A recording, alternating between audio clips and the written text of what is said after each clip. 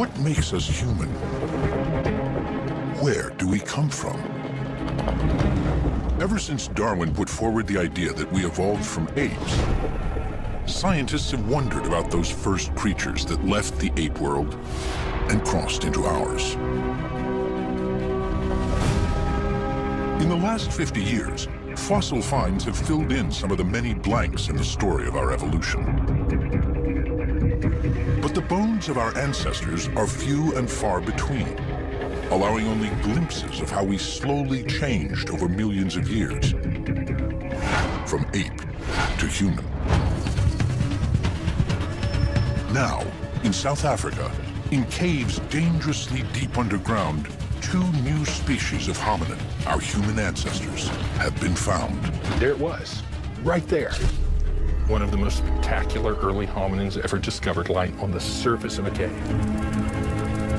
And not just a few bone fragments. It's everywhere. Here, there are thousands. It's just absolutely incredible the amount of bone that's coming up. Ah, beautiful. The first thing that came through my mind was Howard Carter's anecdote about opening Tutankhamun's tomb. It was Lord Carnarvon in the back saying, you know, what do you see? And Carter says, things, wonderful things. I'm gonna give this off to John. Yes. We have found a most remarkable creature and a most unexpected one. So we need a new kind of language to talk about this. These bones could finally bring our past into focus. What story will they tell about how we became human? A new light shines at the dawn of humanity. Right now, on this Nova National Geographic special.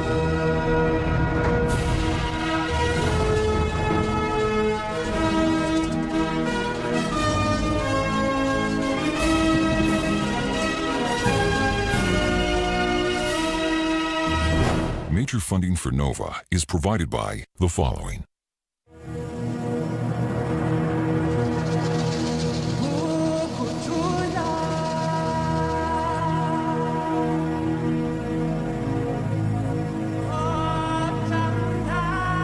The high plains to the northwest of Johannesburg have been called the cradle of humankind. In the 1930s and 40s, fossil finds here gave us the first important glimpses of our earliest ancestors. Then, for decades, the discoveries seemed to dry up.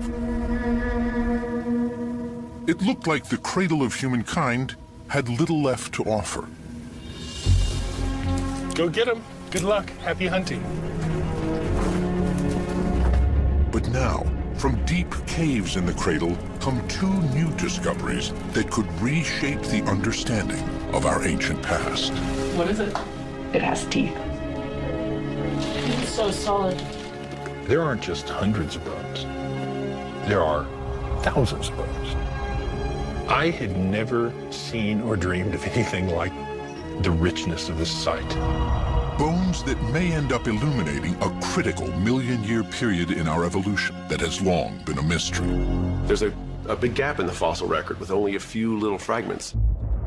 The fossil record suggests that in that gap lies the dawn of humanity, the birth of the genus Homo. It's perhaps the least understood and most important episode in our evolution. Before it was the world of Australopithecus, an ape-like creature with a tiny brain. Lucy is the poster child for the Australopiths. She walked upright, but belonged to the world of the apes. If I were to see an Australopithecus at the end of a football field, I would probably call the zoo and say, hey, an ape has escaped. The upper part of the body in Australopithecus is in general very apish. Go down, look at the pelvis, very human-like. An Australopithecus is sort of like a bipedal ape. If you went back in time and saw them walking around the savannah, you would see animals that stood up and walked like we do, but they would have been smaller in body size. Their brains wouldn't have been as big, so their heads would have looked smaller. Their jaws and teeth were very large. The fossil record suggests that somewhere between 2 and 3 million years ago, these ape-like Australopiths evolved into the first recognizably human species, Homo erectus. They have big brains and small faces, adaptations for using tools. If I were to see, say, a Homo erectus at the other end of a football field, I would probably call 911 and say, oh, there's a wild man here, and, somebody should put some clothes on him. So what went on in the transition from Australopithecus to Homo erectus? For years, the only species that filled that gap was a creature called Homo habilis. But so little of it has ever been found, the origins of the genus Homo have remained an enigma.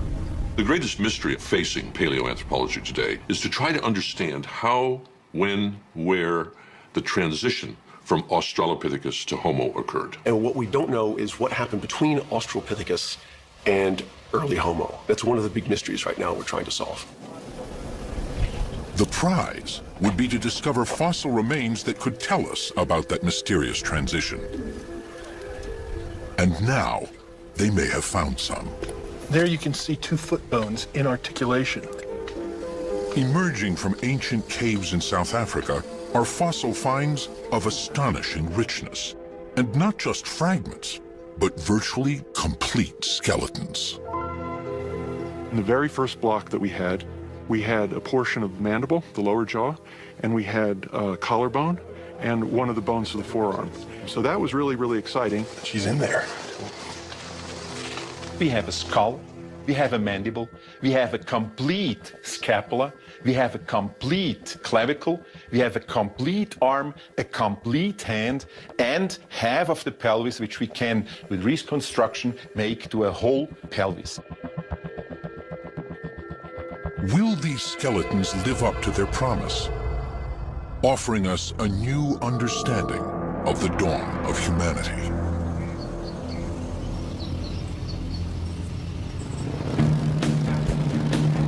In August 2013, South African Pedro Boshoff was out of work. He had been a soldier, a prospector, an adventurer, and even a part-time student of human origins. Now he wondered if he could earn some money doing what he loves most, fossil hunting.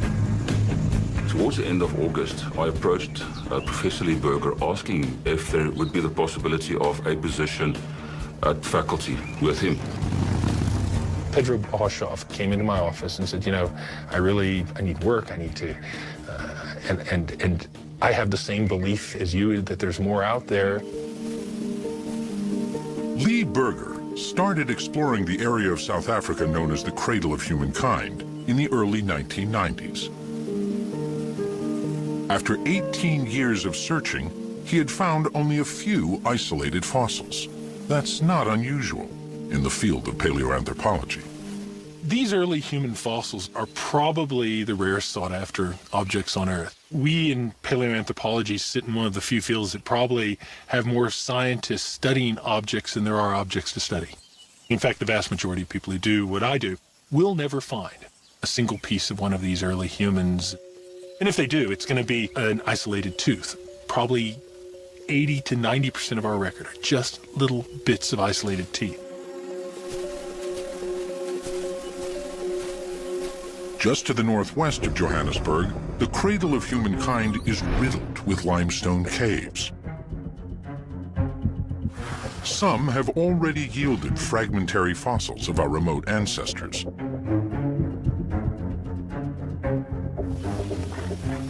Lee was convinced there were more discoveries to be made. I'd known Pedro for 20 years, and I said, go out there and list your caving buddies, get underground, and see if you can find something. And so I bought Pedro a motorcycle so he could move around out here. Basically, what he wanted me to do is to go through the cradle area, locating and finding fossils. So I sat, as I often do, on a rock, and I contemplated how I'm going to approach this. And then it dawned on me, I'm part of a caving society, having caved in this area for years. And in that, I found Rick and Stephen.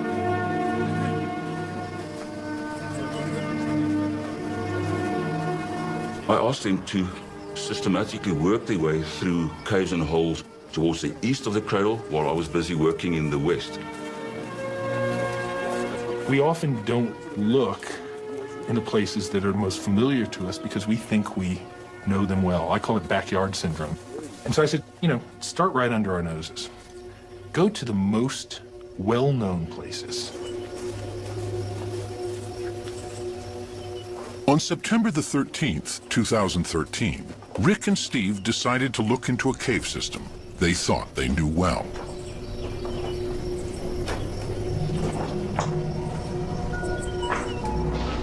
It's called Rising Star.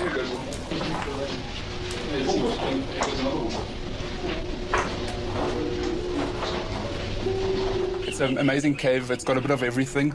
There's tight squeezes, some great climbs, beautiful formations.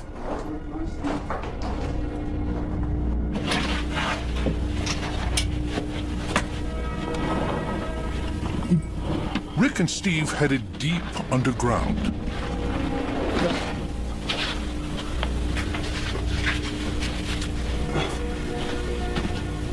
Wanted to show Rick a great climb in the cave called the Dragon's Back.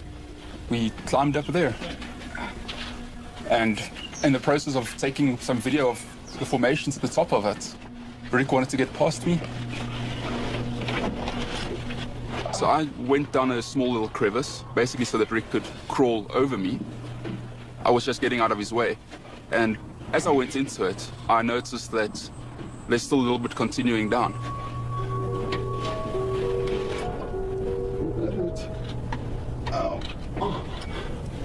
Once in the crevice, Steve realized there was nothing below his feet. He squeezed himself further down.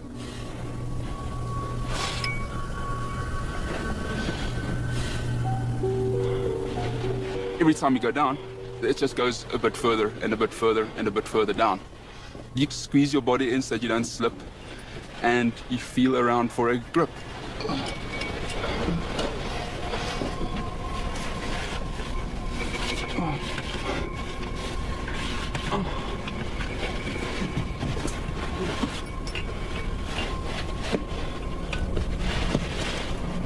So my legs were dangling down this last little bit, and you don't feel anything below you.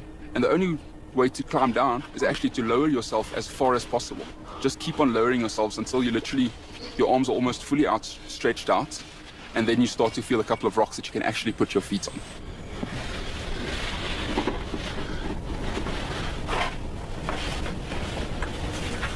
He emerged into a hidden chamber. He called for Rick to come down and join him.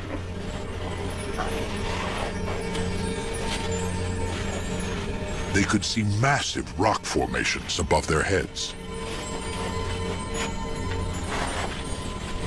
But the real discovery was beneath their feet. The floor of the cave was littered with small bones. We saw at first one bone lying around. We looked around a bit more, and, well, another bone. We actually spotted teeth in the rocks and realized we actually had found something. Followed by a skull in the ground. And finally, one of the most interesting ones is the mandible, with 4 teeth in it. Rick and Steve had no idea what type of bones they were looking at, but they seemed intriguing. They took pictures and decided to show them to Pedro. And I will never forget when he came to me with the photos, put it on the computer, and the first thing I noticed was the jaw with the teeth. And I realized this is definitely a hominin. So needless to say, I called Professor Berger. He didn't answer his phone, and we decided we're going to drive to his house, because now we're all excited, bubbling, of course. Arriving at his home, I rang the bell, and when he answered, my words to him was, "Lee, you really want to talk to us?"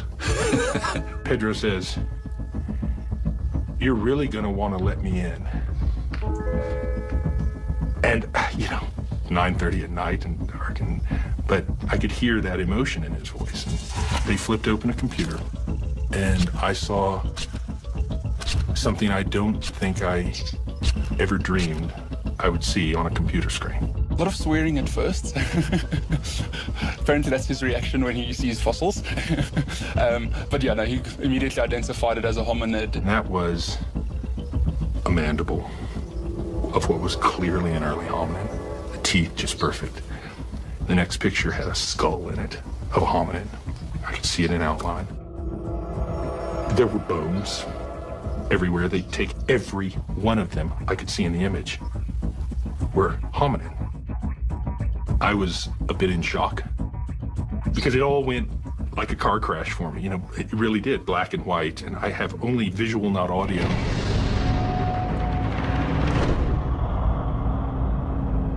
Hominins are all creatures in the human evolutionary line, including Australopiths, Homo erectus, and us.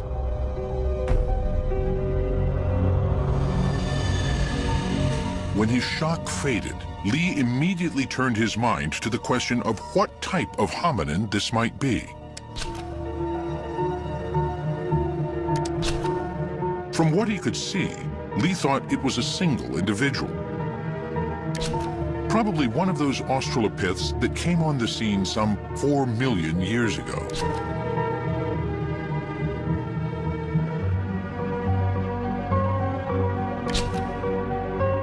The photos were hard to make out. Lee wanted to know if the bones in the Rising Star Cave were similar to fossils he had discovered 5 years earlier. That was in a different cave just 10 miles away, also in the cradle of humankind. It was Lee's first big find. The story all began on August 1st, 2008, when I came into this valley following targets, which were these trees above my head that I could see on Google Earth. I walked up that old lime miner's trackway, which wasn't quite as clear as it is today, mostly overgrown. I came into this grove and found this little hole. The little valley was called Malapa. Lee thought he knew it well. It was a Friday. Lee's 9-year-old son, Matthew, and his dog, Tao, were with him. I stood at the edge of this pit and said, go find fossils. And with that, Matthew raced off into the bush here. I thought he was going to go chase giraffe or zebra or something like that with Tao in tow. And a minute and a half later, he shouted, Dad, I found a fossil. Sitting right over by that lightning-struck tree, he had stopped and found a little rock. And I almost didn't go and look, because I knew he'd found an antelope fossil, because that's pretty much all we ever find. I saw a fossil. I didn't think it was hominid. I just thought it was an antelope, because we find thousands of those, so. I started walking towards him, though, because I had to see what he found him 5 meters away. I realized that sticking out of that rock was a hominid clavicle. I couldn't believe it. I took the rock in my hand and I was turning it, trying to think what else this could be. And as I turned the back of it over, there, sticking out of the back, was a mandible and a canine. And that's when I realized that an extraordinary thing had taken place. After almost 20 years of searching in the cradle of humankind, Lee finally had a major discovery. He had his son to thank, but also a crew of Welsh miners who had come through the valley 100 years ago. And they'd come through this area looking for limestone to build Johannesburg. And they would blast these caves apart looking for that rich, white, pure limestone. They'd burn it and make cement out of it. In the 1880s, Johannesburg was a gold rush town, little more than a collection of shacks. But it sat on some of the richest gold seams ever discovered. As the gold kept coming, so did the gold prospectors. The town grew, and construction crews were desperate for limestone, essential for cement and gold processing.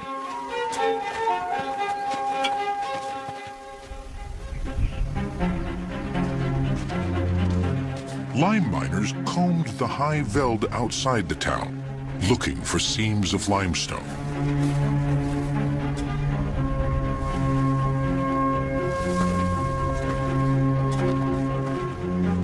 Although they likely didn't know it, these seams concealed remnants of ancient cave systems and were full of fossils.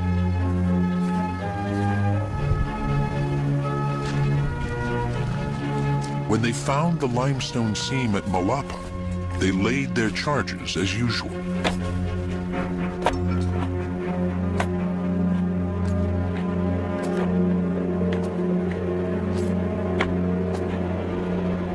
They came in here and put in 3, at the most 4 blasts. One right below me here, one over in the side, one over there that I can see.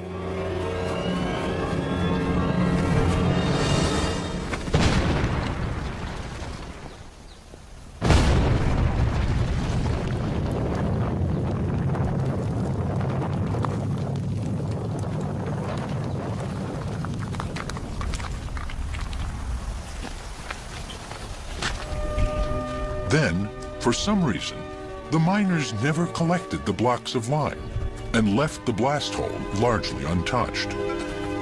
I'm not sure why they did that, but what they did do in that process was expose just the edge of these remarkable skeletons. They damaged it just enough so we could find this site and could make these fossil discoveries, but not too much so that they destroyed the evidence. It really is a miracle. It was in one of the rocks scattered by the blast that Matthew found the collarbone of a child. But that was just the beginning. The hole where the miners planted the dynamite would soon yield so much more. It was only once I had the permit, we came back on September 4th, a whole bunch of us, that we spent all morning looking here, and we found nothing. We were even thinking of leaving because we thought there wasn't anything here. That I stood over on the other side of this pit, looking down into that pit, and I saw something sticking out of the rock right down here. And what I saw stunned me. I climbed down the pit and looked right over here, and there, sticking out of the wall, was the proximal humerus of a hominid. I couldn't believe it. I did my PhD on those. I climbed closer, and as I got closer, I realized there was a scapula, the shoulder blade in place, and I came even closer and put my hand on the wall, right here, and 2 hominid teeth fell into my hand. Then I said something. And that started the second part of this remarkable story. Everyone piled down in here at my feet with a proximal femur in a block here that clearly belonged to the child. What was amazing was it never crossed my mind that this wasn't the child that Matthew had found. How could you find 2 skeletons at a site like this? What it would turn out to be, of course, was a second skeleton, the female skeleton. The child would be laying right here, just lying in position here, and it would turn out that there were other skeletons here. There's one sitting over there. There's a baby just above me here, and who knows how many are in front of me here. It really is a treasure trove of paleoanthropology. One by one, they took out blocks of stone they thought might have hominin fossils in them, remnants of our ancient human family. The blocks were all taken back to the University of the Witwatersrand. At the medical school, Lee's wife, Jackie, a radiologist, ran the blocks through a CT scanner, allowing the scientists to peer inside. There you go. Okay, that's good. Yep.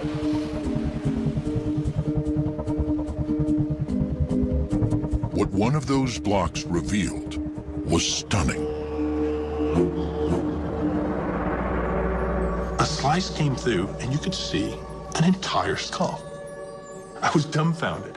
I could not, in my wildest dreams, believe an entire skull could be sitting in this little rock. Then began the painstaking job of freeing the skull from the rock that had encased it for possibly millions of years. It took me 3 months to get it out.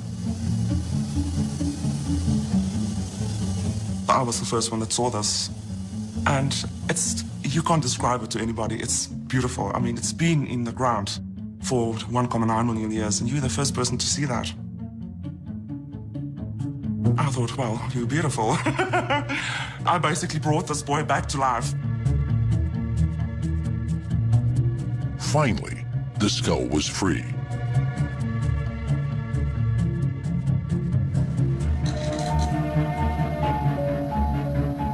Its small brain and forward-projecting face made it clear that it was an Australopith. But details of the teeth and other parts of the skeleton made it unlike any found before. Many types of Australopithecus once walked the Earth between about 2 and 4 million years ago. Lucy is known as Afarensis. There's also Australopithecus africanus. This appeared to be an entirely new species. Lee called it Australopithecus sediba, after the waterhole near which it was found.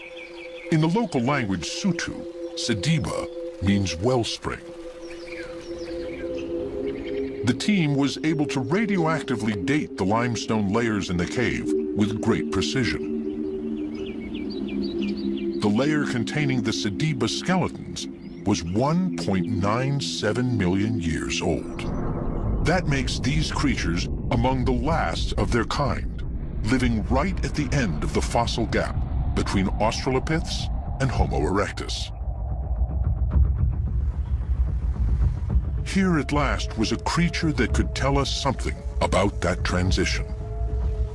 And the bones were not just fragments. Here were two remarkably complete skeletons, a female and a child. Still encased in the rock at Malapa are fragments of at least 3 more, waiting to be excavated. This made sediba the most complete evidence ever found for what was going on at the dawn of humanity. The Australopithecus sediba fossils are some of the most spectacular skeletons known for early hominids. They're absolutely amazing. We don't get 2 bones associated with one another very often, much less several bones, much less partial skeletons. So that makes these fossils really special. Sediba was exciting from the get-go. Right away we knew that we had parts of the skeleton and we had parts of the cranium, which helps us figure out who this animal is. So that was really, really exciting. And initially, these upper limb bones looked very primitive. So we knew that we were dealing with something that looked like it would be a good climber, kind of an ape-like creature.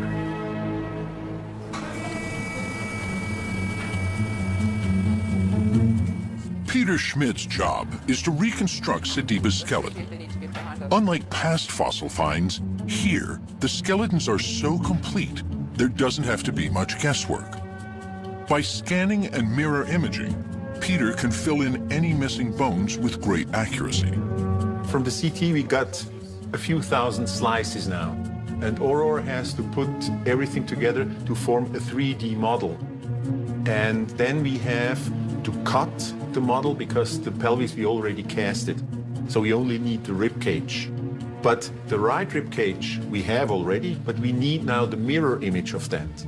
And the computer helps us to do the mirror image in a second. Layer by layer, a 3D printer then slowly prints the rib cage in fine plaster.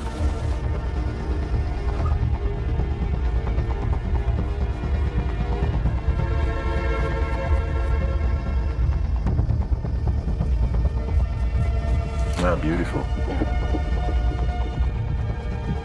Finally, Peter has assembled a complete skeleton. It's highly unusual. All Australopiths are a mix of ape and human, but sediba has a unique mosaic of features scientists have never seen before in the same creature. The arm is very long, like in a chimpanzee, but the hand is with short fingers and a very long thumb, like a human hand, which was never found until now, because this is the most complete hand ever found in this period. Job Kibi, who was with Lee and Matthew when they discovered the skeletons, has been working on the sediba hand. He's found an unusual combination of ape and human features here, too. What's special about sediba's arm and hand is that we know sediba has a very long arm, which is more chimp-like. But sediba has a very human-like hand. For example, sediba has a thumb which is longer relative to the other fingers, which indicates a human-like condition. Sediba's hand, with its opposable thumb and forefingers, is so human that it could have been a tool user. But since no tools were found, that remains only an intriguing possibility. From the reconstructed skeleton, paleo artist Victor Dieck can start to create a lifelike digital painting. By virtually applying tissue thickness markers carefully calculated from the known facial tissues of living primates, he can build up a realistic impression of Sediba's face. Once that was all done, I have now gone ahead and created a body for it. And if you want to see, we can check all that by going transparent and making sure that the bones and everything line up in the proper spaces. So here we have a concept reconstruction of how Sediba potentially could look like. The step from there to a lifelike digital painting is a short one. Finally, for the first time in almost 2 million years, the face of Australopithecus sediba looks out on the world once again.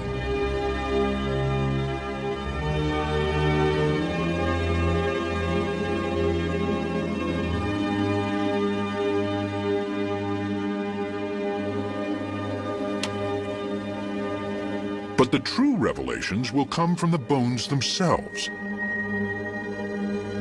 Because they are so well preserved, these fossils will give scientists unprecedented insights into the lives of these ancient creatures.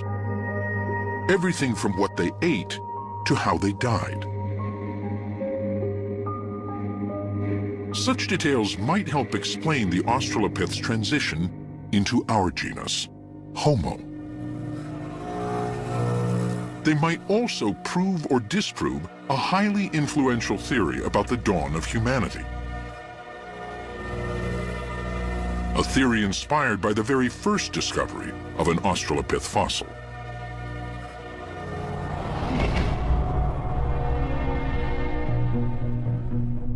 The year is 1924. Anatomist Raymond Dart teaches at the University of the Witwatersrand in Johannesburg. His hobby is fossil hunting, but he never imagines he will find a human ancestor. Nobody at the time believes we had evolved in Africa. Well, in the late 19th century, fossils were found in Europe with the Neanderthals. They were found in Asia with the earliest known examples of Homo erectus. No one really had a sense that anything interesting occurred in Africa. Darwin and Huxley predicted that our origins would be in Africa based on the comparative anatomy. You know, they looked at the skeletons of chimps and gorillas, and they looked at ours, and they went, well, they're so close to us, and they're more close than anything else, so it must have been in Africa. And then the sort of second generation of evolutionary biologists shied away from that. They started to find fossils in Europe, they started to find fossils in Asia, and of course that tied in very nicely with sort of racist, imperialistic thoughts of the day. They couldn't abide the thought of it being in Africa. In late 1924, Raymond Dart receives a package. He sees it's from the mining town of Tong in South Africa's Northwest Province. And in that box is a fossil. And this is a game-changing fossil. It's been sent to him by miners who notice what looks like the skull of a small ape encased in the rock. Dart is fascinated.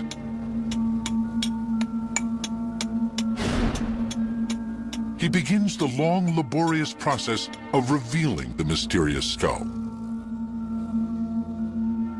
He can see that it is the skull of a child, but like no child he has ever seen before. It has ape-like characteristics, but also some very human ones. And so as he cleaned this fossil and he saw the hole on the bottom of the skull where the spinal cord enters the brain underneath, that he had something like a two-legged walker on his hands. And this he named Australopithecus africanus. And what that means is southern human of Africa. Dart rushed into print with his find. He claimed it was proof that we evolved in Africa, just as Darwin had predicted. He was unprepared for the firestorm his theory unleashed. The Tong child sparked an incredible revolution. Up to that point, everyone said, let's look to Europe for our ancestor. It was unthinkable that anything as important as the emergence of humans could have happened in Africa. Raymond Dart was a feisty guy, and when he was pushed back by the British intelligence, he became faster, more aggressive in terms of his defending of his views. Most scientists disagreed with him. He really was seen as an outsider, but it absolutely set the ball rolling for one, paleoanthropology as a field in Africa, and two, vindication of what Darwin and Huxley had predicted with actual fossil evidence. It showed once and for all that our origins were in Africa and only in Africa, and that's huge. It totally changed the field. Dart was sure he had discovered the missing link between apes and humans. But it wasn't enough to know what they looked like. He wanted to know how they behaved. What sort of creatures were they? He understood that these great questions about our ancestors were also questions about ourselves.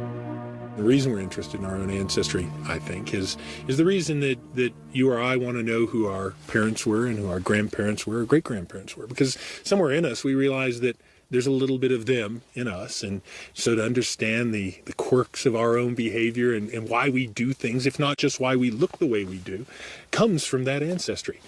Paleoanthropology is just that in deep time. We're looking way back. And so we're looking at the things, the sort of little bits and pieces that drive why humanity is like it is today. Raymond Dart was building a theory about how the Australopiths, our ape-like ancestors, became human. His ideas about the dawn of humanity were the touchstone for thinking about our origins for generations. In the 1940s, more examples of Australopithecus began to be found. And a key site not only had fragments of Australopithecus, but also the bones of many other fossil animals. And Dart noted that these bones were broken in a special way. Dart became convinced they were weapons made by our primitive ancestors. Was this the key to what first made us human? Dart had been a young medic in World War I. He had seen firsthand the barbarity humans are capable of. It made sense to him that the origins of humanity were steeped in blood. Raymond Dart's experience in the World War may have colored his interpretation of what these bones and teeth meant. You know, it gave him a view of sort of the dark side of humanity and the violence of humanity. And he came up with this idea that Australopithecus had figured out that bones and teeth were hard and could be used as weapons to kill other animals. This sort of killer ape theory of early humans. Dart believed that the more aggressive and adventurous of our ape-like ancestors abandoned their forest environments and moved into savannas. There, they became hunters and predators. His theory that this violent transformation gave rise to humanity soon found an audience far beyond the small world of paleoanthropology. In the 1950s, there was a drama critic and playwright named Robert Ardrey who became very interested in human origins. And he went to Africa and spoke with Raymond Dart, and Robert Ardrey, being a dramatist, could write like anything, and he wrote this amazing book published in 1961 called African Genesis. African Genesis became a pop science publishing sensation of the early 1960s. Ardrey's ideas, building on those of Raymond Dart, helped frame public debate about the dawn of humanity for the next 20 years. The very first sentence in that book, I remember it because I read it as a teenager and was enthralled by it. Not in innocence and not in Asia was mankind born. And in that one sentence, he encapsulated Raymond Dart's ideas, that it was an African genesis, and that where we came from was not from an innocent creature, but from the most violent of killer apes. One of Robert Ardrey's greatest fans was the filmmaker Stanley Kubrick. At the time, he was planning a film based on the science fiction novel 2001, A Space Odyssey. It was to be a meditation on human technology run wild. On a mission to Jupiter, the spacecraft's computer turns on the crew.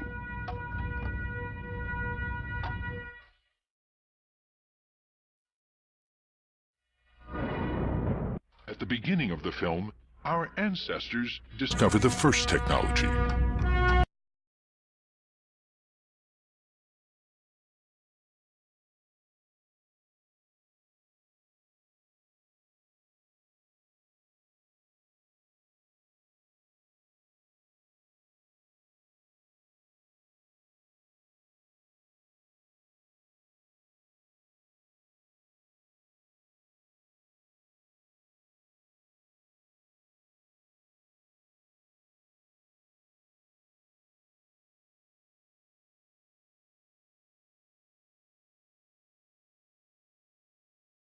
And so this sets up then for Kubrick the same conflict that Dart felt.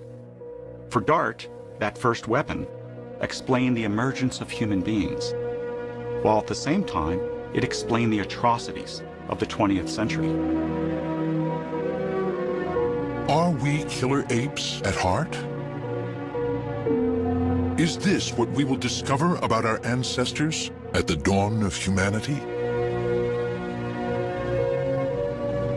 The discoveries at Malapa may finally provide evidence to support or refute Raymond Dart's theory. The Sediba skeletons are so well preserved, they give the scientists a unique glimpse into their lives. And that's the story we're really after. How did these individuals really live out there in the environment? What did they do on a daily basis? Whether they were so-called killer apes or not can be seen in what they ate. The first direct evidence comes from their teeth. At the Max Planck Institute in Leipzig, Amanda Henry is analyzing calculus, or tartar, fossilized along with Sediba's teeth. Calculus is what happens when the bacteria in your mouth form a film on your teeth. So it's this very thick, layered, heavily mineralized material that forms around your gum line and on all sorts of surfaces of your teeth. And as it forms, it traps bacteria and proteins and remnants of your food inside. Just like the tartar dentists remove from our teeth, the calculus from Sediba's teeth provides a snapshot of what they were eating. So once I have the calculus here in this little powdered form, I'm going to dissolve it in a little bit of a weak acid. And then we're going to rinse that acid off, and hopefully what we'll be left with is microremains with this mineral matrix removed. And then we'll look at that under a microscope and see if we can identify what was in the calculus. Amanda can see what Sediba was eating when she discovers phytoliths, the microscopic remains of plants. Well, this is a phytolith that we recovered from the calculus of the Sediba individuals. And we have a couple of examples here, all from different plants that this individual ate. Here, at last, is evidence that will help support or disprove Dart's theory. Well, this is the first time that we've had direct evidence of the kinds of foods that any Australopith ate. We've had proxy information before, we've had sort of vague categories where the food's harder or tougher, but this is direct evidence. That's exciting. What Amanda can see trapped in Sediba's tartar are microscopic remains of many different plants. We have phytoliths from grasses, we have phytoliths from the bark or woody tissue of plants, and we have phytoliths possibly from fruits. So all the evidence suggests that the foods that this individual was eating were coming from closed forested regions. So eating fruits, maybe chewing on stems, eating the grasses that are growing in that area. The tooth evidence from Sediba indicates a diet very similar to today's chimpanzees. While they may have eaten some meat, there's little to back up Raymond Dart's theory that they were killer apes.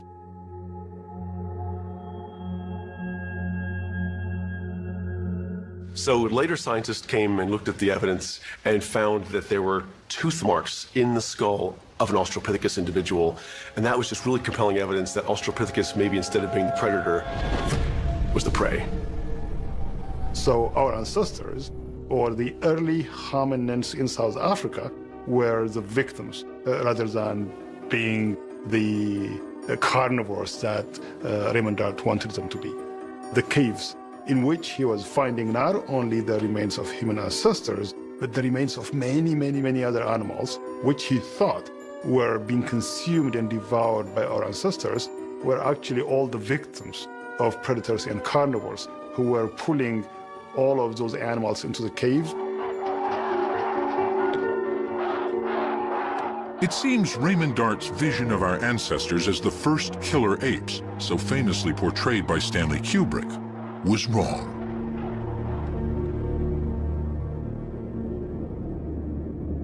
The Sediba's skeletons are so well preserved, they offer the team a chance to investigate not just the lives, but the deaths of these individuals.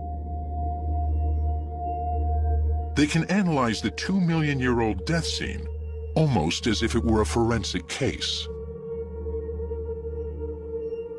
I mean, we're looking at the preservation of organic material here. These animals are articulated the way they died. The breakage patterns may often be a result of the moments before or shortly after their death.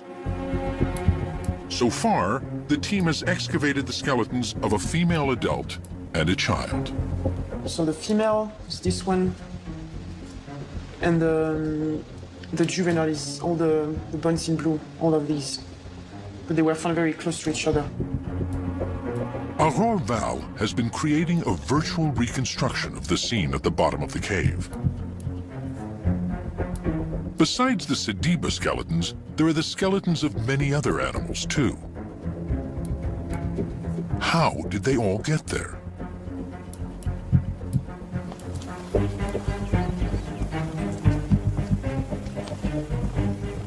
Two million years ago, Malapa was a much deeper cave. Landscape erosion has reduced it to a small depression in the ground. But when Australopithecus sediba was around, it was a cave system about 90 feet deep. Imagine a vertical shaft going up. There's probably water dripping down, roots hanging down. Right here is the curled up body of the female. Lying right there is a child's body, the 13-year-old boy.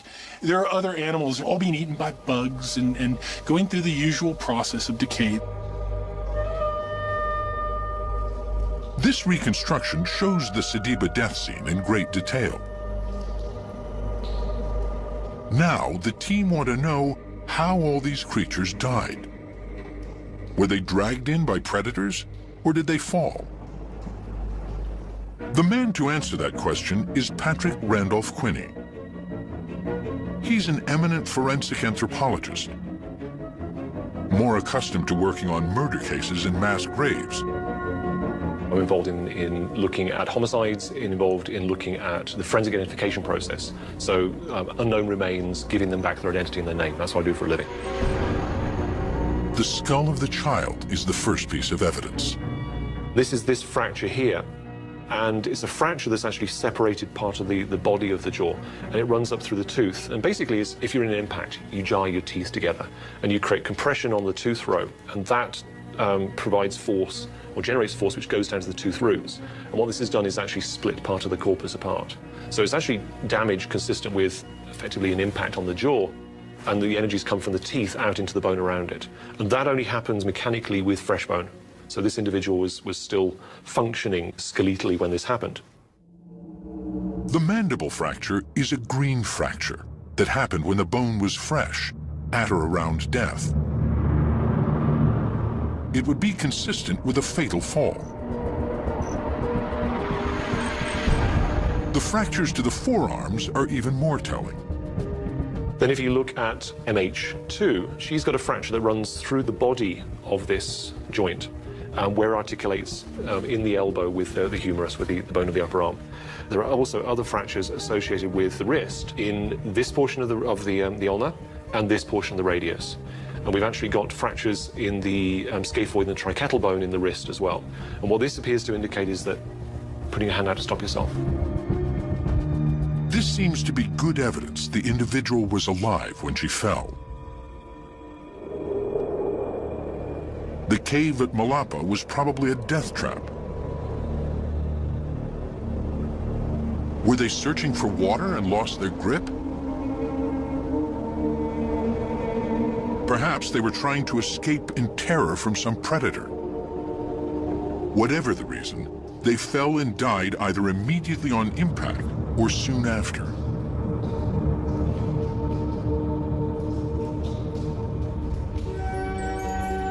It appears that mud then buried the bodies, and as it hardened, kept them from disintegrating. This is why they were so well preserved. Then began the long, slow process of fossilization, in which all organic material in the bone was replaced by minerals. Today, the Sediba fossils are still yielding insights into the Australopith world of almost 2 million years ago. But the most tantalizing question of all is still unanswered. How did these primitive creatures evolve into more advanced human ancestors? To find out, scientists need to find perhaps the most elusive fossils of all, the first members of our genus Homo. For decades, the only fossils that came close were the fragmentary remains of a creature called Homo habilis, handyman. In the early 1960s, fossils discovered from Olduvai Gorge in Tanzania by the Leakeys led to the definition of a new fossil species in our evolutionary tree, Homo habilis, handyman.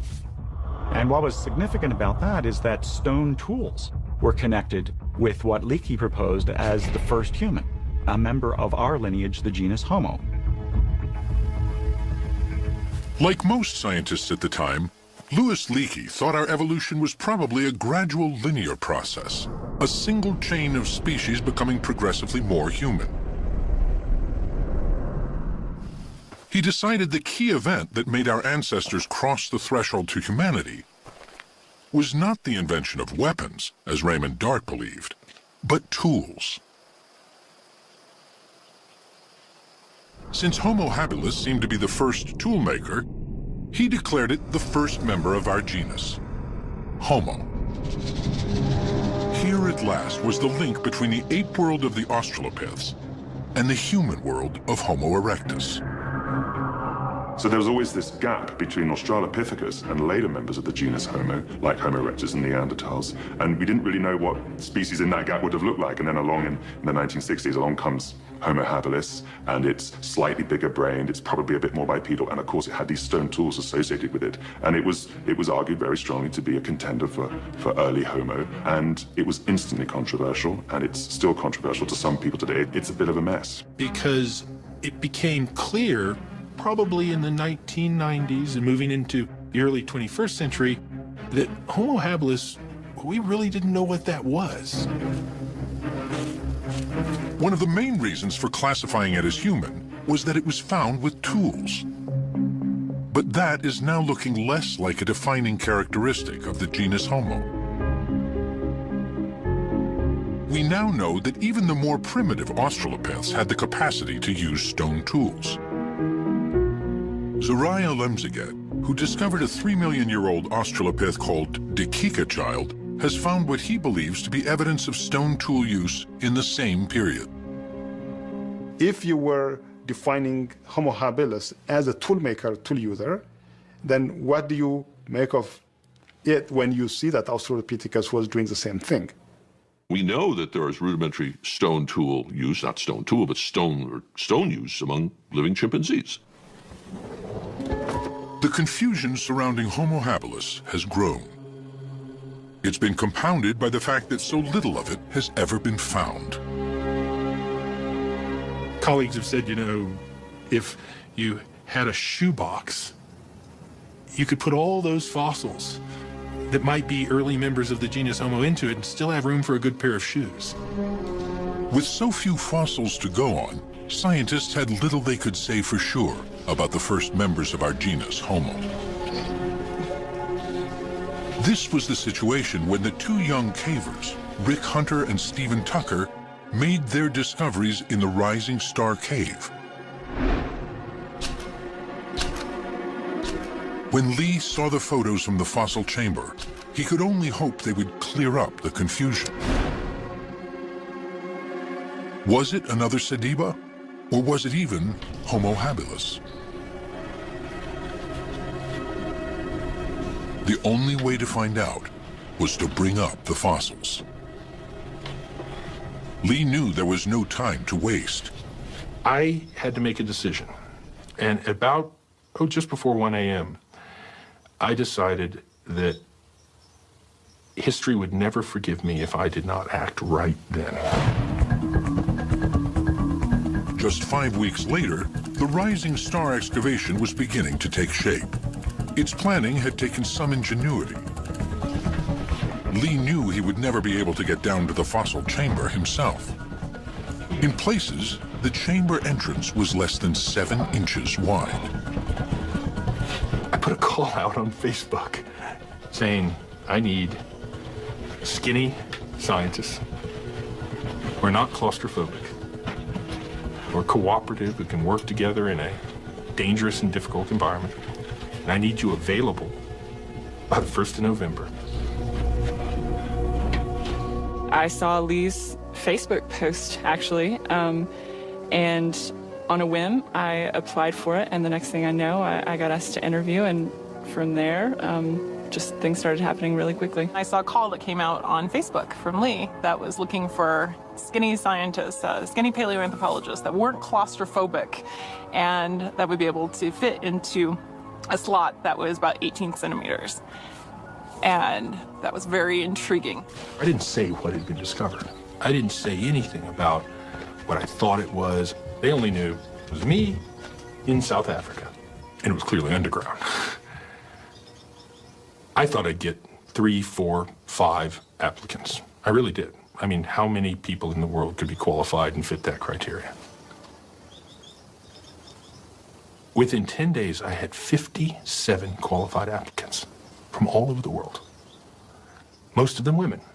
One morning I woke up and there was a call for tiny, experienced archaeologists from Lee Berger, and I thought, that's me. I received the Facebook post via a friend who saw that it was an ad for a small archaeologist with caving and climbing experience, and she said, that's you. I'm almost finishing a PhD in physical anthropology, osteology, so this is my area. I'm an archaeologist, so I can study up quick on the paleo stuff. I'm a PhD candidate specializing in evolutionary biomechanics, so more on the paleoanthropological side of things. It really seemed perfect. In fact, when I read the call out to my husband, he said, well, they might as well have just written Marina is wanted over here. So The Rising Star expedition was to be a new kind of paleoanthropology, tailor-made for the age of social media and the internet. I held Skype interviews. And I did a few things in that with the 11 people I'd shortlisted out of this spectacular list of applicants. Lee explained a little bit about how the cave was found and shared with us some video footage and the initial photographs that Steve and Rick took. And he told us about the conditions of traveling into the cave. So, he wanted to make sure that we really knew what we were getting into. It was mysterious. It was very enticing for that reason, sort of wondering what sort of circumstances they were that necessitated asking for small people with excellent paleontological skills. In the Skype interviews, I wanted to see these people face to face, but I also wanted to test some things. I needed to know that if I shut the cameras off, which I did for many of them, I wanted to hear if they could respond to me, because I had already designed by then this system of communication. I knew I was never going to, I will never set foot in that chamber. Then maybe a day after that, I was told I was a go. It was so fast, so fast. And sent off emails saying, congratulations, pack your bags. Expect to be here in the first week of November. Then I got the email that said that I got it. And characteristically, bust out crying. And just kept reloading my email to make sure, refreshing it, just like, really, it's really there, it's really there. And I screamed so loud. It was a very quick process. The ad went up and then the interviews happened the next week, and about a day later that I was accepted to the project, and all of a sudden I was rearranging my schedule and waiting for the plane tickets and packing up and reading quickly of everything that I needed to know, and so it was fast and furious getting ready for this. My brain was just like a flurry, it was like an explosion of glitter and confetti. It's everything. It's like every best birthday and Christmas and Hanukkah and Kwanzaa, and it's everything all at once. I figured if he thought I could do it, if Lee thought I could do it, then I could do it. I had no illusions that this was going to be easy. Nothing like this had ever been done, certainly in the African context I knew, and perhaps ever, anywhere. And I knew I had to have everything from medical support to safety support to the design of the infrastructure underground and above ground and all the things that go on with a scientific expedition.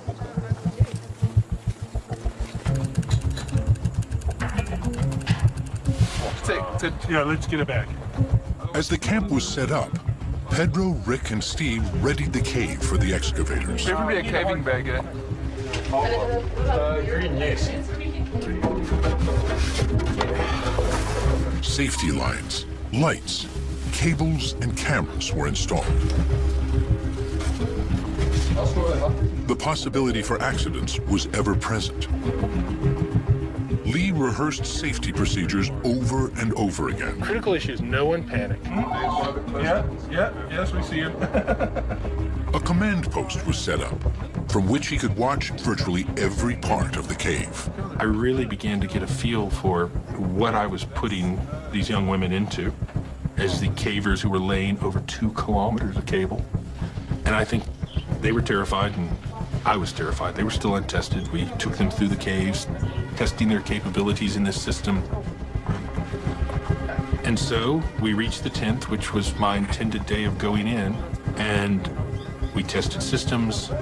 Everything worked. It was a little sloppy, but it worked. We tested safety.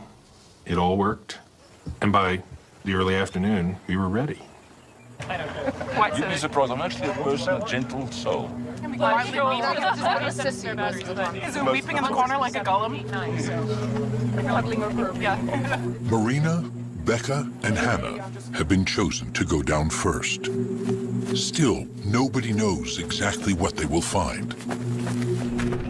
I've seen a skull. I've seen the other pieces. I am pretty sure that we have got quite a lot of a skeleton of at least one hominid. That, of course, waits to be seen, and it's going to happen pretty fast now over the next several hours.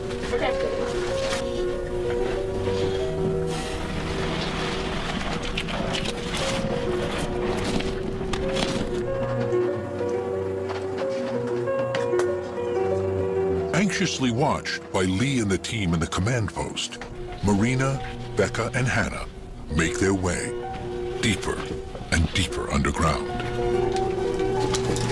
The descent is difficult, and as I looked down, I thought, oh, you know, I don't know if I can do this. But then once I was committed to go down, it was actually much easier than I was dreading. Just trying to also slow it down a bit because I've got the GoPro running. It was just an amazing feeling to realize how far away you are from everyone up top in the command center, and to just fully realize what you're down there to do. I became a little bit overwhelmed, but then you also have to turn that off in some sense because you're only down there for a limited amount of time and you have a job to do, a very important job to do. Going down the chute for the first time was, honestly, it wasn't as bad as I thought it was going to be. Then you come into a landing zone and there's a hallway to pass through. It's not really a squeeze, but it's a narrow passage to pass through, and then the chamber opens up again.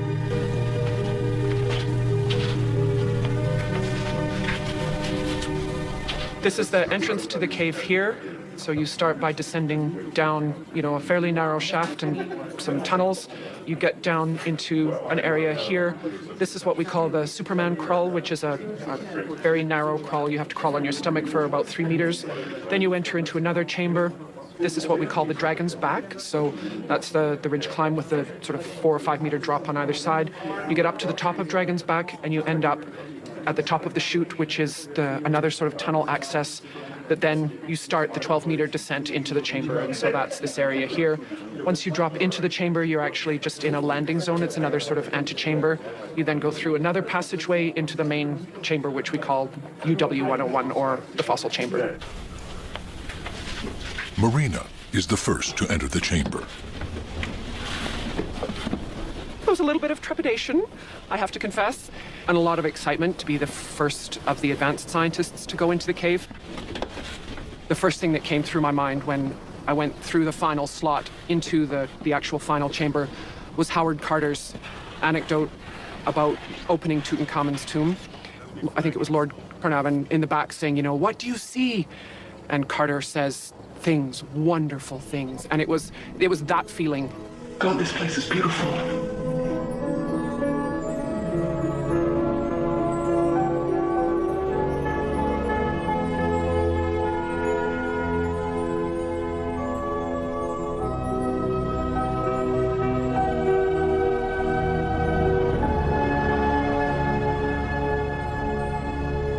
First of all, the cave is beautiful, just geologically beautiful.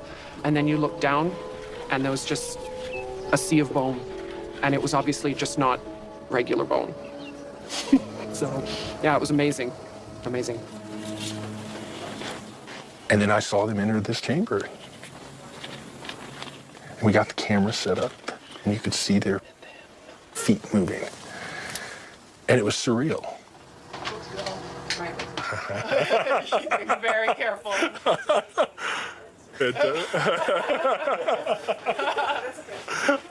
Fantastic. There we go. Skull is being flagged. You can see the skull here. She's now flagging the mandible. And then the process started. The process of doing science began. So we'll put pin number 1 right beside the mandible, and that's where we'll concentrate. Okay. Okay, das ist super. Okay, thanks. Bye.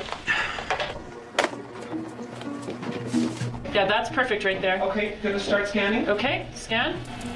The first foray into the fossil chamber lasts only a few hours, enough time to start scanning and flagging bone fragments, as well as to test the safety systems. Okay, how did that go? Let's see. It's mapping right now. Finally, it's time to bring up the first precious fossil, the mandible. They're coming. Yeah, I see what looks like a mandible in the middle there, on the right. That looks fantastic.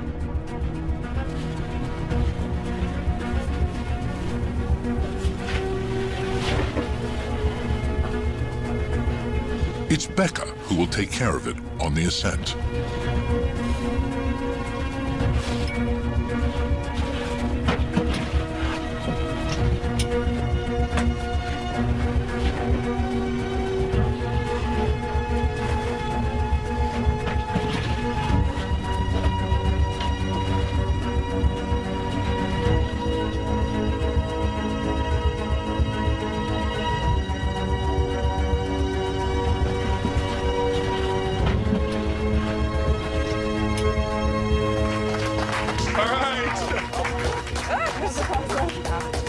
The fossil, huh? Yeah, the fossil. Well done. Here we go. And we have everyone else. Everyone's out. Rick's out safe. They're all out. They went out. Well done. And so first their safety and that they were out was just this enormous emotive relief. And then the sense that they'd actually got this thing. So now I was going to see for the first time what all of this was about. And when they opened that little box and we unwrapped this thing that they collected, every great idea we had went out the window. Gone, you know. Suddenly we didn't know what we had. When he had first seen the jawbone in Rick and Steve's photos, Lee had decided it probably belonged to an Australopith. One of the most striking characteristics of an Australopith's face is its large ape-like jaws and teeth. As the Australopiths transitioned into the genus Homo, their faces shrunk. Jaws and teeth became smaller. When he finally had the jawbone in his hands, Lee saw it was too small to be an Australopith. It seemed quite human. Could it be a new specimen of Homo habilis? Or could it be a new transitional species between Australopiths and early Homo? These are the questions on anatomist Peter Schmidt's mind as he studies the mandible from Rising Star. You have this molar teeth and a very strange use of the frontal part here. And luckily we got another piece. So with these two pieces we have a hemimandible which is complete. And then we can put on the mirror image and we have sort of outline. Peter can then compare it to the mandible of Homo habilis. I will take this away, and you see, this is the tooth row of Homo habilis. You see also that these are massive teeth, but the tooth row is straight, and we have a very strong shelf here. The mandible from Rising Star is clearly more curved. It's not Homo habilis, and it's not Australopith. They don't know what it is. This is pure confusion. We don't know what to make of it. We realize all of our preconceived notions have to be tossed aside. We can't go into this thinking it's going to belong in this group or belong in that group. We just have to start from literally scratch.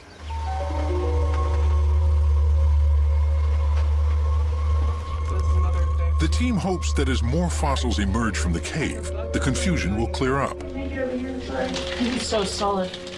There is reason to be optimistic. Each descent reveals more bones.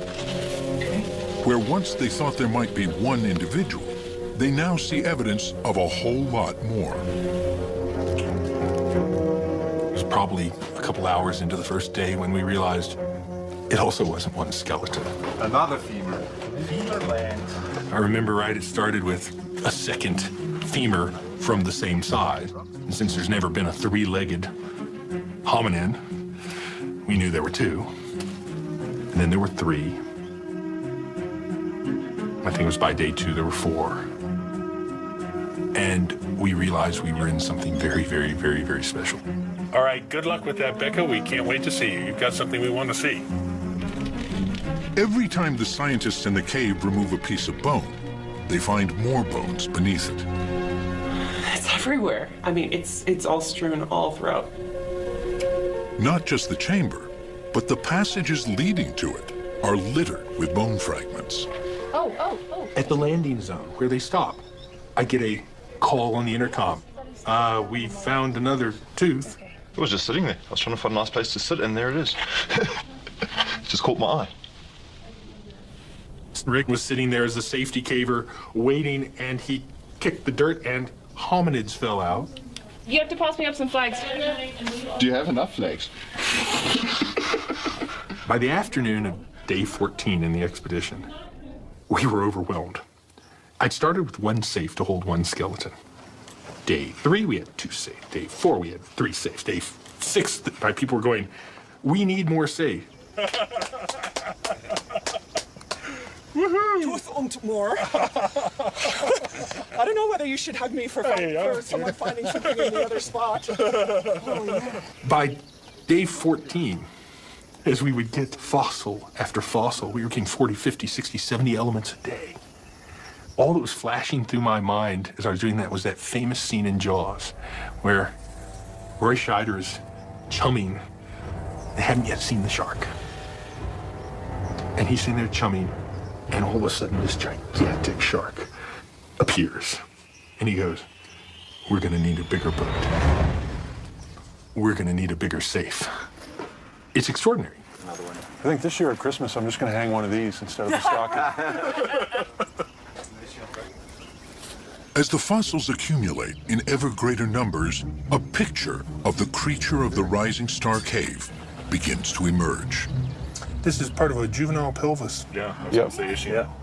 That is an issue. Thigh and hip bones tell them it was an upright walking biped, but its gait was primitive. From what they can see of the exposed skull, it is small, not much bigger than a chimp's. I have to tell them to leave that alone. But the teeth and jaws seem more advanced. Homo-like. The team's excitement grows. It's beginning to look as if they have found another species from the dawn of humanity. But on which side of the Australopith-Homo divide will it fall? One of the key fossils that will tell them that is the skull. They are saving that until last. Distance is perfect, and I can see marker 2. Record? Recording. In the meantime, another extraordinary fact is becoming evident. There are no other animals in the cave. All the fossils are human ancestors. This is unheard of. It was pretty surprising that something completely normal to every other excavation I've ever been in on the continent of Africa, everyone I've ever heard of on the continent of Africa, wasn't happening here. We weren't getting anything else other than hominins. When early hominins are discovered in caves, they're always found along with the bones of other animals that have either wandered in and died or been dragged there by predators. They're mixed with antelopes, generally in huge abundance. Then you get, depending on the circumstance, some carnivores and other bits and pieces and rodents and the stuff that accumulates when things die and are eaten and are dragged into caves. Apart from the bones of a solitary owl, there's not a single other animal in the Rising Star chamber, only hominins. So how did these creatures get in there?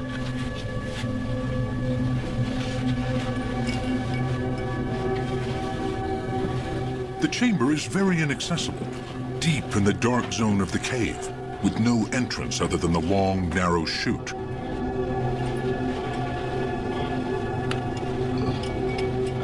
The team believes it likely was just as inaccessible 2 million years ago.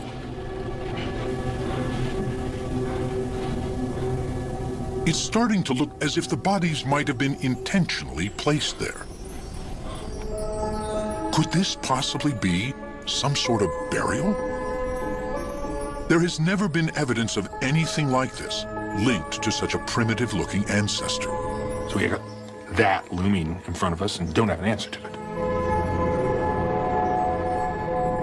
Until now, the earliest known burials are from about 100,000 years ago and a much more advanced form of early human.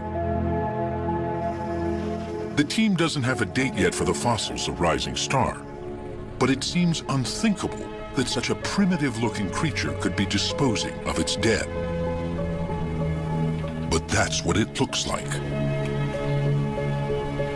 And the age ranges of the individuals are very similar to what archaeologists find in cemeteries.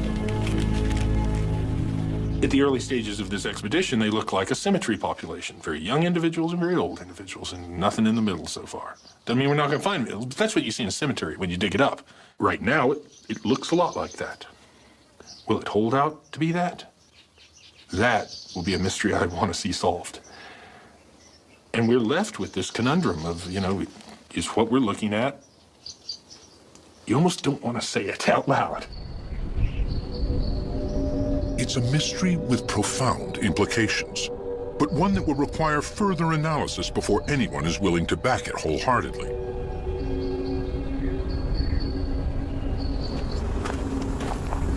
The excavation is now approaching its third and final week.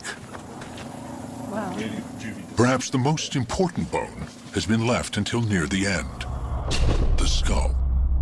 Its shape and the size of its brow ridges will be crucial in telling them whether the creature of Rising Star is Australopith or Homo, human. We're going to go ahead and bite the bullet and take that skull out, okay? Yes, good. If only because it gets it out of the way. Yes, I know. It's like... Not because you want it out, to see it, right? A couple of reasons we want to get out. One, the skull can tell you a lot. It can tell you cranial capacity. You start getting an idea of the shape of the skull. Is it Australopith-like and pinched in the front, or is it rounded, more like a human, or is it something in between? Does it have a sagittal crest and neck? We want to see that skull. I have no way of... And also the skull was probably the most complex initial extraction. It's fragile. It's a thin piece of bone. Break apart. We needed to know whether we could get something like that out. And we needed to get it out, see what was underneath it. whether this was a skeleton or whether there were lots of individuals associated with each other. So there was all this tension. And it was a lot harder to extract than we thought. Oh, I'm sure you'll find plenty. All right, stage on in after her. Good luck, everyone. Have a blast, huh? Thank you, will do. All right, let's get you something here. Go get them. Good luck. Happy hunting. Thank you. Enjoy topside.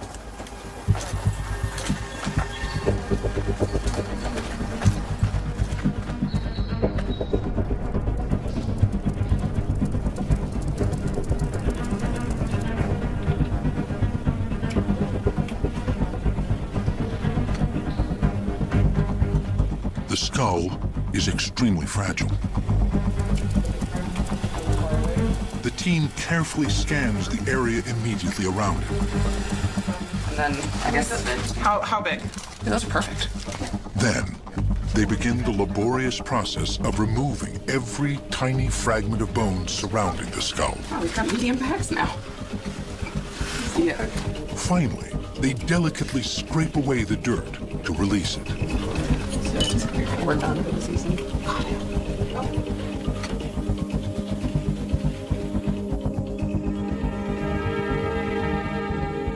Everyone was feeling all these points of tension around the science of the skull when we knew it was imminent coming out.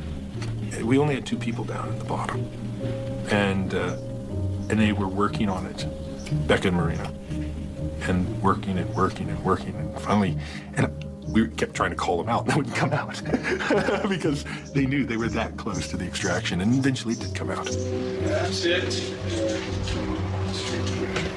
That's it. It's so fragile. With everyone holding their breath, praying that it doesn't break, the skull fragment is finally lifted and delicately placed in a box.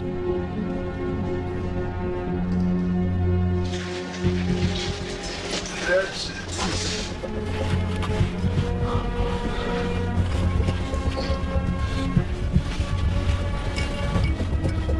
Then it begins its slow ascent, leaving the cave for the first time in possibly millions of years.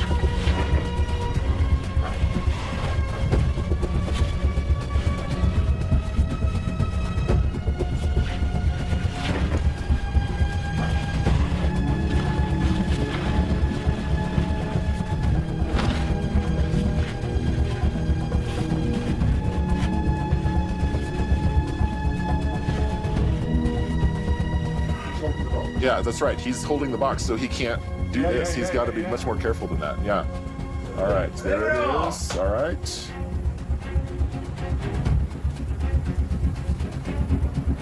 How fantastic. Wow.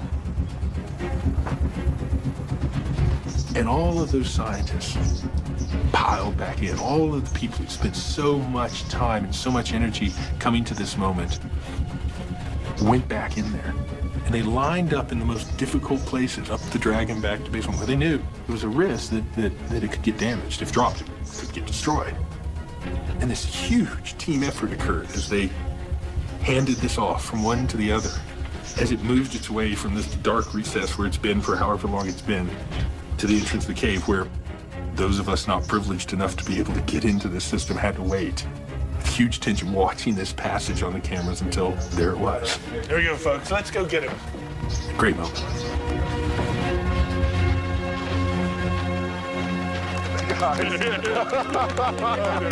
Like a Rocky moment. It's like, there's so much wonder. No one's bored. No one's too academic to hold it in. Everyone is just brimming with childlike excitement. Would you hate me if I took this before I hugged you? Please take it. Oh, well done. I don't even want to hug you without it. I'm going to give this off to John.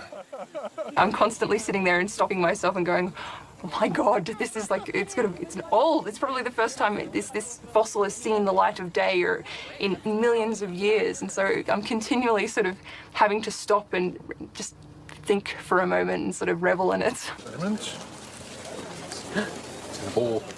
It's the moment everyone has been waiting for. They hope the skull fragment will be the telltale piece to identify the creature of rising star as either an Australopith or a member of our own genus. Looking at a left frontal. So it's this part, the orbit, and then part of the brain case just behind the orbit. And that is a very important piece.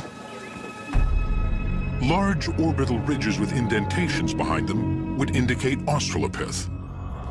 Smaller brow ridges with evidence of a more rounded skull would say Homo. We do have our genus. We do. We have our genus with that. This is indisputably Homo. Yes, yes.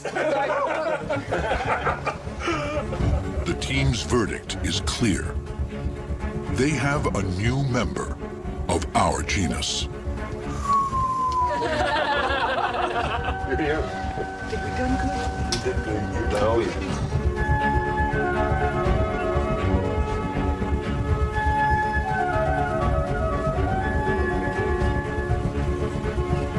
Now the question is, what can it tell them about the mysterious dawn of humanity? We are certain that this is in the genus Homo, our genus, and we are certain it's a new species. And that's where we are right now. The idea that we've discovered a large number of individuals, males and females, young and old, of a new species in the genus Homo. In the next phase, they'll have to piece together and analyze the rest of the fossil remains. Already they have almost 2,000 bone fragments from more than 12 individuals. The rising star discovery is one of the most startling and amazing discoveries in all of hominid evolution. To have that many fossils in one place is unprecedented and took everybody by surprise. The excavation was planned as a 3-week operation. As it nears its end, the scientists know they will have barely scratched the surface of what Rising Star has to offer. I had never seen or dreamed of anything like the richness of this site. There aren't just hundreds of bones. There are thousands of bones. It's clear.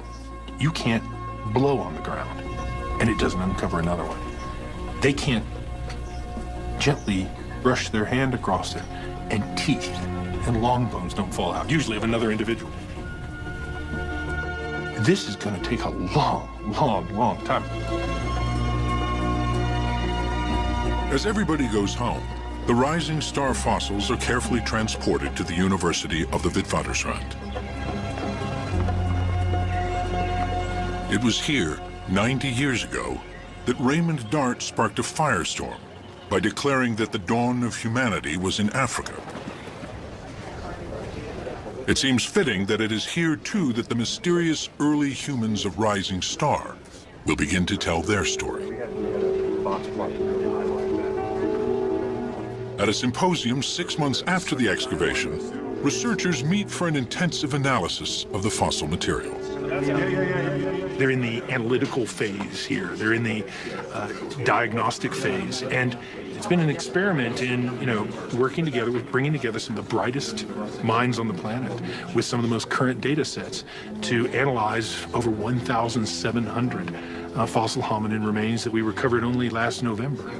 And it's been fantastic to watch. I mean, it's this constant energy of science, and you can almost feel it in the room right now.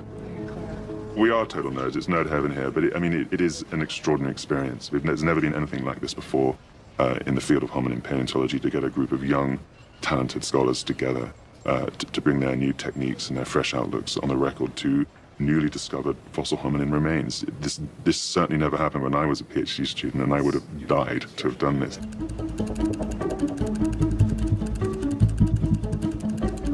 As the analysis goes on, the bones from the Rising Star cave are finally ready to be presented to the world. We've got a new species of early human in the genus Homo, and that's tremendously exciting. We've never had anything in that transition period between the late Australopiths and the earliest members of our genus in any kind of abundance, and boy, we have it in abundance now. To members of the team, the fossils suggest a creature unlike anything ever found before. We're looking at creatures that are human-like in their feet, human-like in their hands, human-like in their teeth. Everything that interacts directly with the environment is Homo. And everything that's sort of central, you know, the trunk, the architecture of the vertebral column, the brain, those sorts of things are more primitive. It's like evolution is crafting us from the outside in. We've called the species Homo naledi. Naledi means star in Sutu, and we've called the chamber that the fossils come from, that still has fantastic fossils to be found, the Dinaledi chamber, which means the chamber of stars. Homo naledi is a strange mosaic of ape and human. Small-brained and small-bodied, with chimp-like arms, but with human hands, teeth, small brows, and long legs. Probably a long-distance walker. Naledi is a surprise in very many ways. It's got an incredibly tiny brain, a brain that's more than a third as small as a modern human's brain is. Yet it's clear when you look at the cranial shape, the dentition, the legs, particularly the feet and even the hands, that this thing is part of our genus. Here are creatures on the cusp of becoming human, but still very close to the Australopith world. It makes the question of how they got into the cave even more intriguing. It looks like they got in there because somebody put them there. Now, if we say that, you have to understand that's a very controversial thing to say. And so we approach it very conservatively. We can show that there's no signs of predation. We can show that there's no predator that accumulates only hominins in this way. We can show that they didn't all get there at once. We can show that there's not a flow of material into the chamber. And that's where we leave it scientifically. You know, we can say the best hypothesis we can come up with is they were put there. If this is true, its implications are far-reaching. They now know that the rising star hominin had a brain size in the range between 450 and 550 cubic centimeters. That's just slightly larger than a chimp's. So if in fact the rising star hominins are purposefully disposing of their dead, we're talking about some small-brained hominins who are doing this, and that begins to change our thinking about sort of the cognitive attributes and the neural machinery that you need to engage in that kind of behavior. And that becomes really interesting. The accumulation of Homo naledi skeletons in the cave raises the type of big question that Raymond Dart wanted to answer. What type of creatures were our primitive ancestors? If the naledi skeletons have indeed been intentionally disposed of, some sort of burial, it would indicate already quite advanced social behavior. This fits with new ways of thinking about the transition from ape to human. Many scientists now believe that a key element of that transition was the growth of ever stronger cooperation and social bonds. Psychologist Michael Tomasello has spent a lifetime comparing the social behavior and capacities of chimpanzees and human children. Well, there's social and there's ultra-social, and all mammals are social to some degree. Great apes are especially social in the sense that they form long-term relationships with others and have bonding relationships with others, and they groom, they support each other in fights. So they're very highly social creatures. But a lot of it is organized around competition. So a lot of it is organized around coalitions to fight over food and so forth. And in humans, we of course haven't lost our selfish and competitive streak, but we've become so much more cooperative. Not perfectly cooperative, but much more cooperative. The fact that we can sit in an airplane with 300 or 400 individuals of breeding age that we aren't related to and not rip each other apart is a uniquely human character, and it was evolved on this landscape behind me because Africa's a harsh place, and we as early humans had to evolve cooperation in order to survive here. We didn't have big canines and sharp claws. We just had each other. Humans are the most highly social primates ever to walk the earth. We bond and form relationships far more complex than any other primate. So if the rising star chamber is indeed a burial, perhaps this would suggest that here at the dawn of humanity, those more complex social bonds had begun to take shape.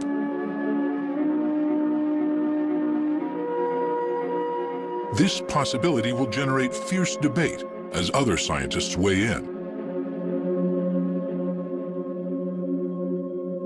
But how do these discoveries change the narrative of human evolution? There's an old refrain in paleoanthropology. People always say, we need more fossils, we need more fossils, we need more fossils. But the fact of the matter is, more fossils just complicate the picture. One compelling question to be answered is, where do these new fossil ancestors fall on our family tree?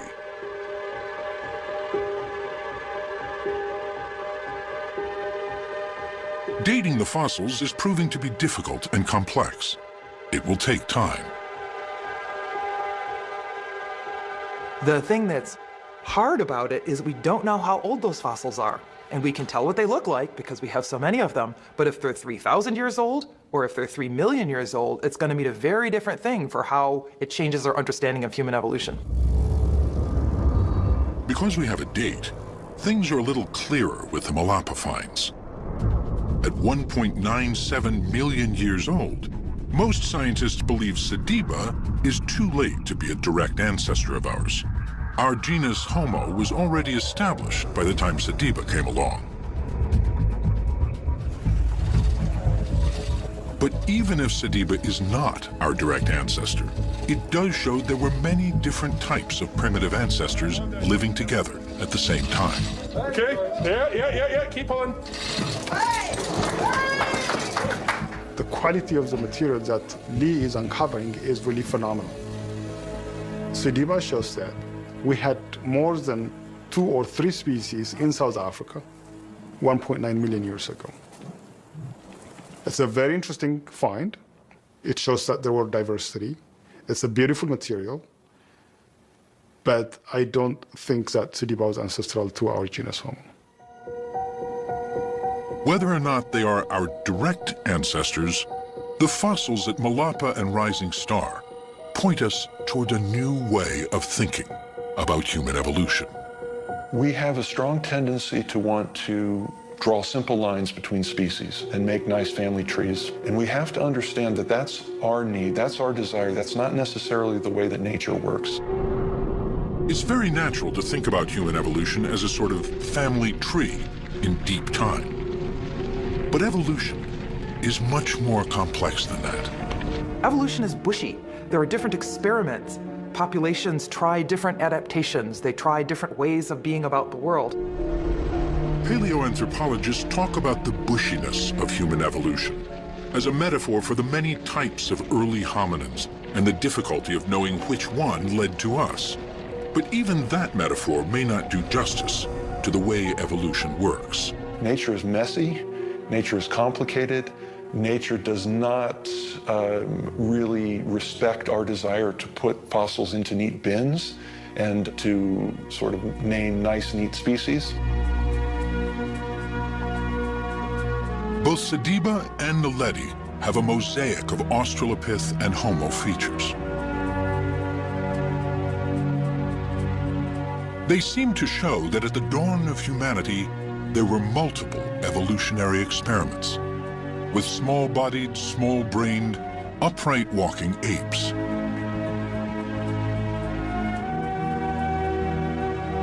Scientists now know some of these varieties of late Australopith and early Homo lived together at the same time. And some of them may have been interbreeding. These aren't fully formed species, and there's a lot of interbreeding between these groups. Some adaptive features are evolving in one group, other adaptive features are evolving in other groups, and by interbreeding, those are coming together. And if that's the case, we may never be able to draw neat lines between any of these groups and later Homo. Perhaps now we need a new metaphor to help us understand our evolution. One that expresses better the dynamic and fluid nature of it. Now, perhaps the best metaphor is a braided stream. And that's brought on by discovery of these mosaic hominids like Naledi, Sediba, and others. They're showing us there's lots of experiments going on. Some of these evolutionary experiments died out. Others came together and interbred. The ebb and flow of genes through these groups was probably so complex that we may have to give up hope of discovering a simple linear evolution. So imagine in your mind a glacier in the top of a valley, and what happens is as it melts, it creates many, many rivulets, and some of them are large and some are small, and they all move off down the valley. And almost inevitably, at the end of that valley is going to be a lake, of which some, maybe the majority, but not all, are contributing to. I think we have to begin looking at these species we're finding as almost individual channels in a braided stream. It's clear they have something to do with the end population, and that's us, the billions of human beings alive today. But it's hard to tell which one's the most responsible for us being here. The new finds on the plains of South Africa are adding a vital new chapter to the story of our origins. The tantalizing gap in the fossil record at the beginning of our genus is being slowly filled in.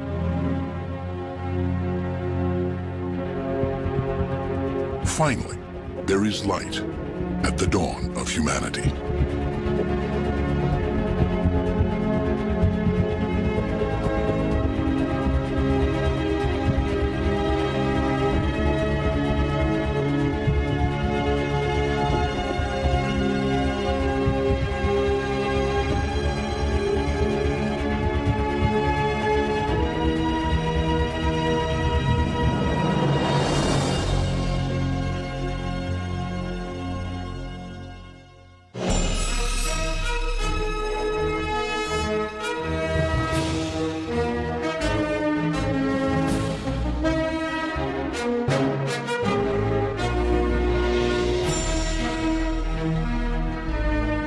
This Nova program is available on DVD. To order, visit shoppbs.org or call 1-800-PLAY-PBS. Nova is also available for download on iTunes.